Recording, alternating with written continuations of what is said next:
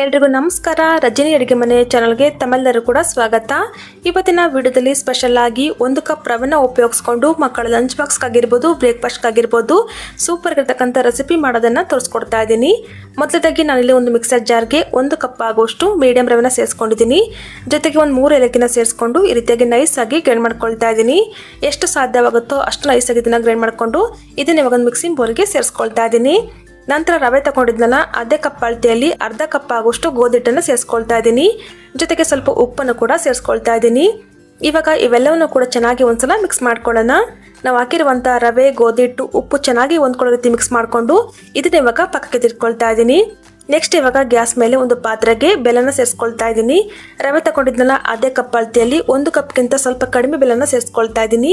ನಿಮಗೆ ಸ್ವೀಟ್ ಜಾಸ್ತಿ ಬೇಕಾದರೆ ಇನ್ನೂ ಕೂಡ ನೀವು ಸೇರಿಸ್ಕೊಳ್ಬೋದು. ನಂತರ ಇದಕ್ಕೆ ಒಂದು ಅರ್ಧ ಕಪ್ಪಿನಷ್ಟು ನೀರನ್ನು ಸೇರಿಸ್ಕೊಂಡು ಬೆಲ್ಲನ ಚೆನ್ನಾಗಿ ಕರಸ್ಕೊಳ್ತಾ ಇದ್ದೀನಿ. ನಮಗಿಲ್ಲಿ ಯಾವುದೇ ರೀತಿಯ ಪಾಕ ಮಾಡೋ ಅವಶ್ಯಕತೆ ಇಲ್ಲ, ಜಸ್ಟ್ ಬೆಲ್ಲನ ಕರಸ್ಕೊಂಡ್ರೆ ಸಾಕಾಗುತ್ತೆ. ನೋಡಿ ರೀತಿಯಾಗಿ ಬೆಲ್ಲ ಚೆನ್ನಾಗಿ ಕರಗಿದ ನಂತರ ಸ್ಟವ್ ಅನ್ನು ಆಫ್ ಮಾಡಿಕೊಂಡು ಒಂದ್ಸಲ ಇದನ್ನು ಫಿಲ್ಟರ್ ಮಾಡಿಕೊಂಡು ಎತ್ತಿಟ್ಕೊಳ್ಳಿ. ನೆಕ್ಸ್ಟ್ ಇವಾಗ ಮಿಕ್ಸ್ ಮಾಡಿ ಇಟ್ಕೊಂಡಿದ್ವಲ್ವ ರವೆ ಮತ್ತು ಗೋಧಿ ಹಿಟ್ಟಿನ ಜೊತೆಗೆ ಈ ಬೆಲ್ಲದ ನೀರನ್ನು ಸೇರಿಸ್ಕೊಂಡು ಚೆನ್ನಾಗಿ ಮಿಕ್ಸ್ ಮಾಡ್ಕೊಳ್ಳೋಣ. ನಮ್ಮ ಚಾನಲಲ್ಲಿ ಇದೇ ಥರ ಸಿಂಪಲ್ ಆಗಿ ಡಿಫ್ರೆಂಟ್ ಆಗಿರ್ತಕ್ಕಂಥ ರೆಸಿಪಿಗಳನ್ನ ತೋರಿಸ್ತಾ ಇರ್ತೀನಿ. ದಯವಿಟ್ಟು ನಮ್ಮ ಚಾನಲ್ನ ಸಬ್ಸ್ಕ್ರೈಬ್ ಮಾಡಿಕೊಂಡು ಪಕ್ಕದಲ್ಲಿ ಕಾಣ್ತಕ್ಕಂಥ ಬೆಲ್ ಐಕನ್ನು ಕೂಡ ಕ್ಲಿಕ್ ಮಾಡಿ. ನೋಡಿ ರೀತಿಯಾಗಿ ಚೆನ್ನಾಗಿ ಮಿಕ್ಸ್ ಮಾಡ್ಕೊಂಡಿದ್ದ ನಂತರ ಸ್ವಲ್ಪ ಗಟ್ಟಿ ಆಯ್ತಲ್ವಾ, ಇದಕ್ಕೆ ಇವಾಗ ಒಂದು ಅರ್ಧ ಕಪ್ಪಿನಷ್ಟು ಹಾಲನ್ನು ಸೇರಿಸ್ಕೊಳ್ತಾ ಇದ್ದೀನಿ. ಕಾಯಿಸಿ ಹಸಿರುವಂಥ ಹಾಲನ್ನು ಹಾಕ್ಕೊಳ್ತಾ ಇದ್ದೀನಿ.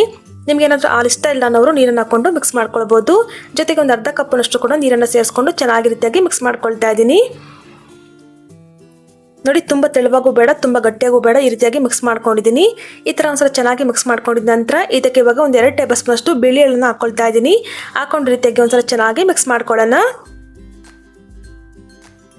ನೋಡಿ ರೀತಿಯಾಗಿ ಚೆನ್ನಾಗಿ ಮಿಕ್ಸ್ ಮಾಡ್ಕೊಂಡಿದ್ದ ನಂತರ ಇವಾಗ ಇದಕ್ಕೆ ಒಂದು 1/4 ಟೀ ಸ್ಪೂನ್ ಅಷ್ಟು ಅಡುಗೆ ಸೋಡಾನ ಹಾಕ್ಕೊಳ್ತಾ ಇದ್ದೀನಿ. ಸೋಡಾ ಇಷ್ಟ ಇಲ್ಲ ಅನ್ನೋರು ಸ್ಕಿಪ್ ಮಾಡ್ಬೋದು, ಹಾಕೊಳ್ಳೋದ್ರಿಂದ ತುಂಬ ಸಾಫ್ಟಾಗಿ ಬರುತ್ತೆ. ನೋಡಿ ರೀತಿಯಾಗಿ ಚೆನ್ನಾಗಿ ಮಿಕ್ಸ್ ಮಾಡ್ಕೊಂಡ್ರೆ ಆಯಿತು. ತುಂಬ ತೆಳುವಾಗೂ ಬೇಡ, ತುಂಬ ಗಟ್ಟಿಯಾಗೂ ಬೇಡ, ಈ ರೀತಿಯಾಗಿ ನಾವು ಬ್ಯಾಟರ್ನ ರೆಡಿ ಮಾಡ್ಕೊಳ್ಬೇಕು.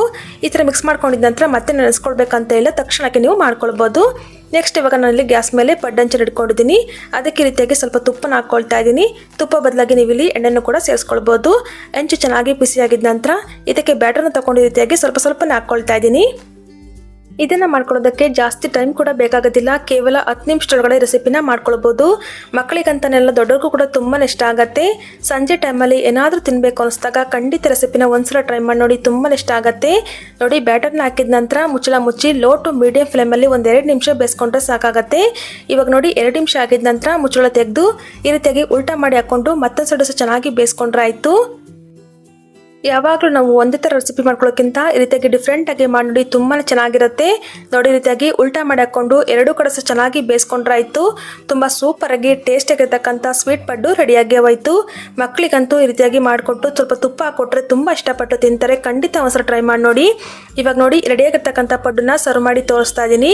ನೋಡ್ತಾ ಇರ್ಬೋದು ಎಷ್ಟು ಸಾಫ್ಟಾಗಿ ಸ್ಪಾಂಜಿಯಾಗಿ ಬಂದಿದೆ ಅಂತ. ಈ ರೆಸಿಪಿನ ಖಂಡಿತ ಒಂದ್ಸಲ ಟ್ರೈ ಮಾಡಿ ಹೇಗೆ ಬಂದಿತ್ತು ಅಂತ ಕಮೆಂಟ್ ಮೂಲಕ ಕೂಡ ತಿಳಿಸ್ಬೋದು. ಸೊ ನೋಡಿದ್ರಲ್ಲ ಫ್ರೆಂಡ್ಸ್, ಇವತ್ತಿನ ಈ ವಿಡಿಯೋ ನಿಮಗೆ ಇಷ್ಟ ಆಯಿತು ಅಂದರೆ ವಿಡಿಯೋಗೊಂದು ಲೈಕ್ ಮಾಡಿ, ಹಾಗೆ ಫ್ರೆಂಡ್ಸ್ ಫ್ಯಾಮಿಲಿದು ಕೂಡ ಶೇರ್ ಮಾಡಿ. ಮತ್ತಷ್ಟು ಇದೇ ಥರ ಸಿಂಪಲ್ ಆ್ಯಂಡ್ ಕ್ವಿಕ್ ರೆಸಿಪಿಗಾಗಿ ದಯವಿಟ್ಟು ರಜನಿ ಅಡುಗೆ ಮನೆ ಚಾನಲ್ನ ಸಬ್ಸ್ಕ್ರೈಬ್ ಮಾಡಿಕೊಂಡು ಸಪೋರ್ಟ್ ಮಾಡಿ. Thank you for watching.